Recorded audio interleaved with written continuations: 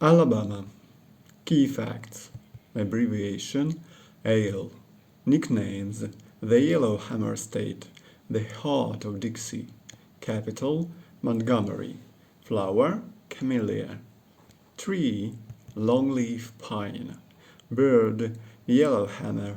Amphibian: red hill salamander. Motto: Audemus Jura Nostra Defendere. We dare to defend our rights.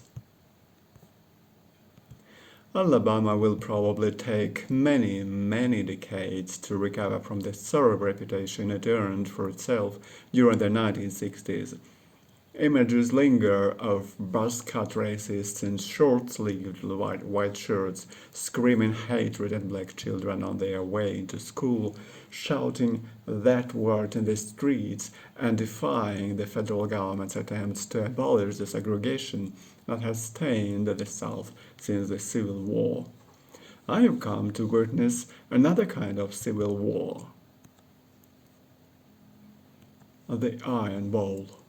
If I were asked to find one example of cultural life in the United States to use as proof of how different America is from Europe, I would choose college football. Until one can unravel all the signs and meanings, tribal codes, and weird social nuances behind this powerful and bewildering phenomenon, I do not believe one can come close to approaching an understanding and penetration of American life. But aside from what it means, there is a simple question of scale. Imagine Leeds University paying £2 million a year to a manager for coaching their students' soccer team. Imagine Leeds University having a stadium big enough to seat 90,000. Imagine Leeds University's annual match against Sheffield University drawing not just a full attendance to their ground. All their games would do that, but also hundreds and hundreds of thousands of others who would drive to the campus on the night of the match, park there, and set up satellite equipment and barbecues and chairs and tents. Imagine that just about everyone in Yorkshire for the weeks leading up to the match talk of virtually nothing else. Imagine people being unreservedly and proudly passionate in their support for Leeds or for Sheffield, despite never having gone to either university or knowing anyone who has. It seems impossible to picture such an odd state of affairs. I suppose the closest one might have got to it in Britain would have been the Oxford and Cambridge boat race sometime in the 1920s. In the US, that is how college football is. The American variety, of course, not soccer.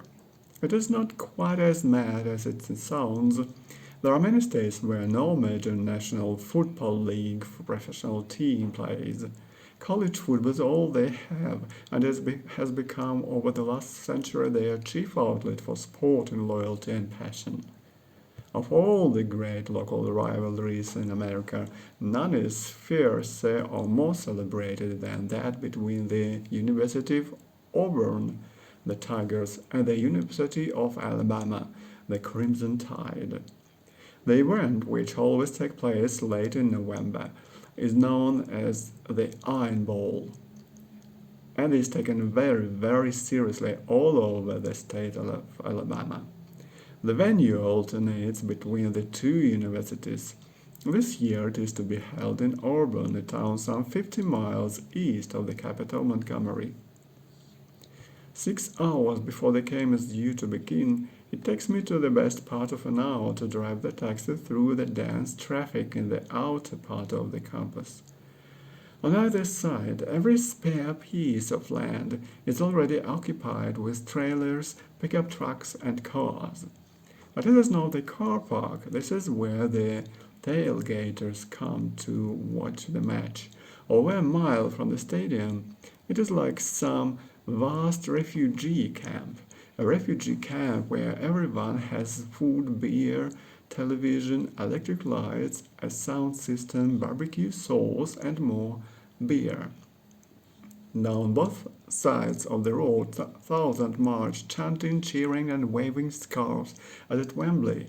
But this event is bigger than the FA Cup final. It sounds absurd to make such a claim, but in terms of logistic, attendance, police presence, and sheer hoopla, it really is bigger than Britain's biggest sporting fixture. And it is between two teams of student amateurs. We're allowed on the pitch to film the pre-game build-up. Americana writ large, marching bands with those strange toy soldier hats, cheerleaders with pom-poms and hoops. As the atmosphere becomes more and more heated, a man appears on the podium and leads the crowd through the chants. The University of Alabama Bama fans shout, "Roll Tide!" The urban supporters scream, "Go Eagles!" Despite being officially Tigers, Auburn are also War Eagles, it seems. They have the home advantage, of course, and outnumber the Crimson Tide by at least 10-1. I am recognized from film and TV roles by a group of sailors in the front row and by a dense orange bank of Auburn students. Before very long, I've had my hand painted in their colors. When I walked over to the other side where the Crimson Tide are seated, I keep that hand firmly in my pocket. An eagle is released over the ground and circles the gridiron imperiously before returning to the arm of its trainer. An eagle? I wonder if they released anything for the Manchester and Salford University match. A ferret, perhaps. The band strikes up the American national anthem. Everyone joins in with great passion, a literal hand-on-heart sincerity. The last line swells, "The land of the free and the home of the brave." The V of brave is not off our lips when the entire fabric of our world is ripped open by three F-18 fighters screaming low over our heads. The part of me that is a film and TV professional is simply flabbergasted by the accuracy of the cueing. They can't have been nearby hovering. How on earth did they time it so perfectly? The team emerged from the tunnel. At least 60 young men experience the greatest moment in their young lives. Only a very few will go on to make it in the NFL as pro footballers. This is it for them. The rest of their days will fizzle out into bitterness, failure, and flabby alcoholism. Well, that's the film and novel cliché, at least, which has always been cruel when it comes to the projected destiny of the college sporting hero. We hope for better. The match is played. An enormous anticlimax. All this excitement so superbly orchestrated, the surface of a duff game like American football. Not a sport that I could ever find even remotely interesting. Baseball I love, basketball I can just about take, repetitive as it is, but gridiron football leaves me entirely cold with its stop-start, spasm, preposterous armors, and tedious playbook tactics. This match, perhaps because of what is at stake, is more than usually uninspiring, and you can feel that tension and thrill leak out of the atmosphere like whittle from a nappy. Auburn triumphs again, achieving their winningest streak in the history of the Iron Bowl. But by the time the final whistle is blown, I am safely tucked up in bed, dreaming of eagles, jet fighters, and pom-poms. The Board of Pardons and Paroles. Judicial penal system of the South have always had a quality of their own. Cinema, literature, music, and folklore have long reveled in the special cruelties and indignities of crime and punishment, Southern style.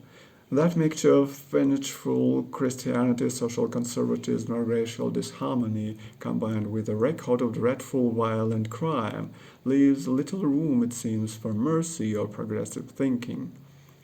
Many years ago, Alabama's state legislature brought into being in the capital Montgomery at an institution called the Board of Pardons and Paroles, whose job it is to hear both sides of an appeal for parole petitions.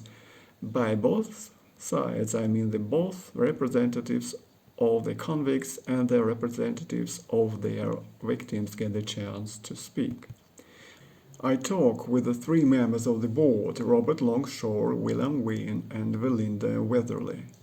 They sit at their long bench, the seal of their office on the wall behind them, exuding southern charm, courtesy, and authority. I cannot believe that any equivalent British institution where there is such a thing would ever allow a film crew to come poke around their proceedings with so little supervision or bureaucratic impediment.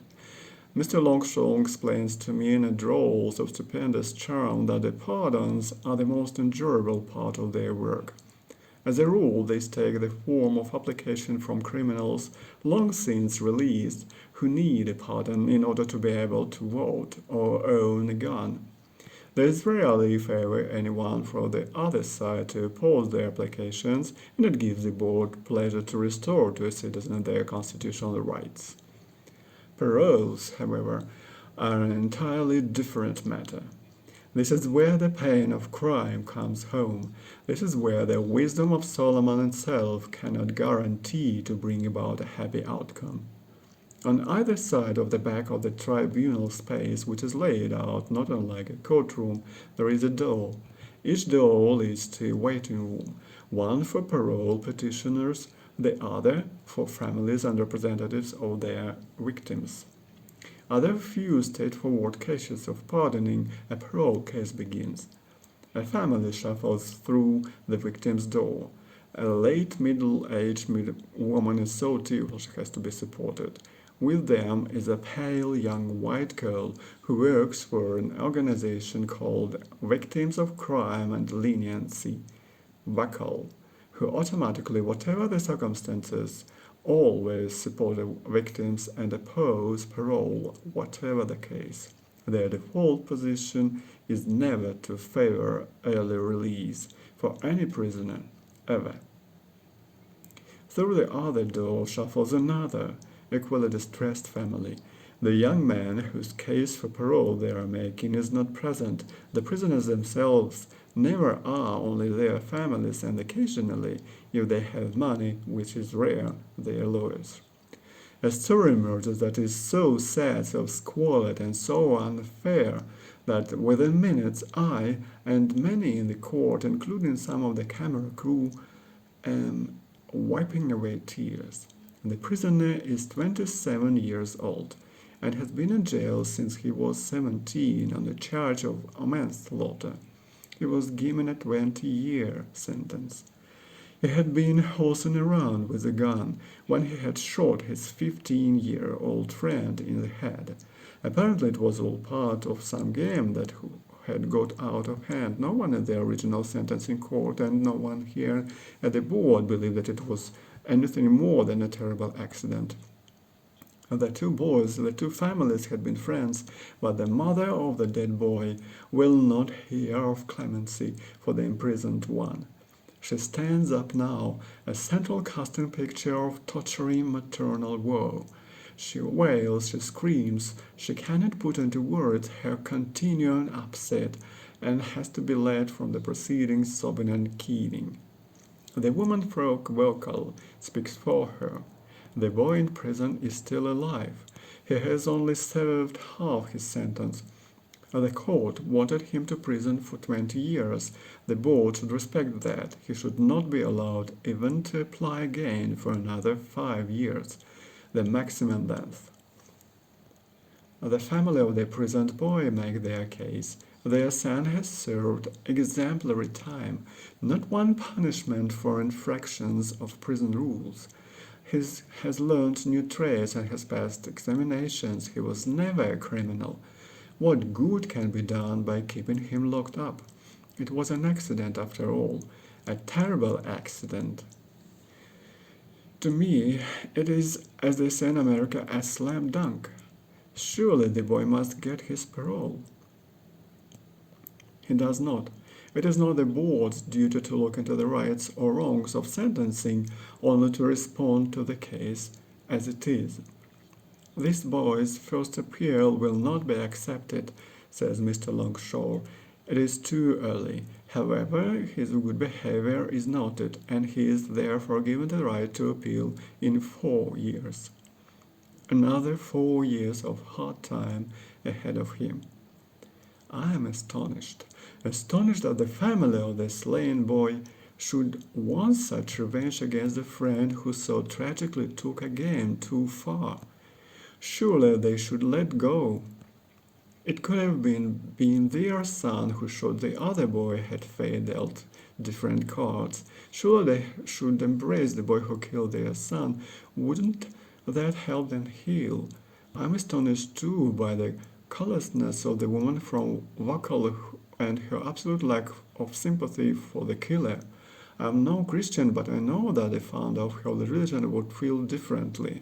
Is it not possible to care for both victim and perpetrator? I bid farewell to the board and to Alabama, mixed feelings churning in my breast. Rarely have I met people more charming, more polite, and more hospitable. The boy who pumps the gas in the forecourt really does call you sir. The receptionist at the hotel has a wide smile when she asks how y'all doing, and the smile is warm and real. But this is not a place where I would ever want to be poor or independent-spirited, and certainly not a place where I would want to fall foul of the law.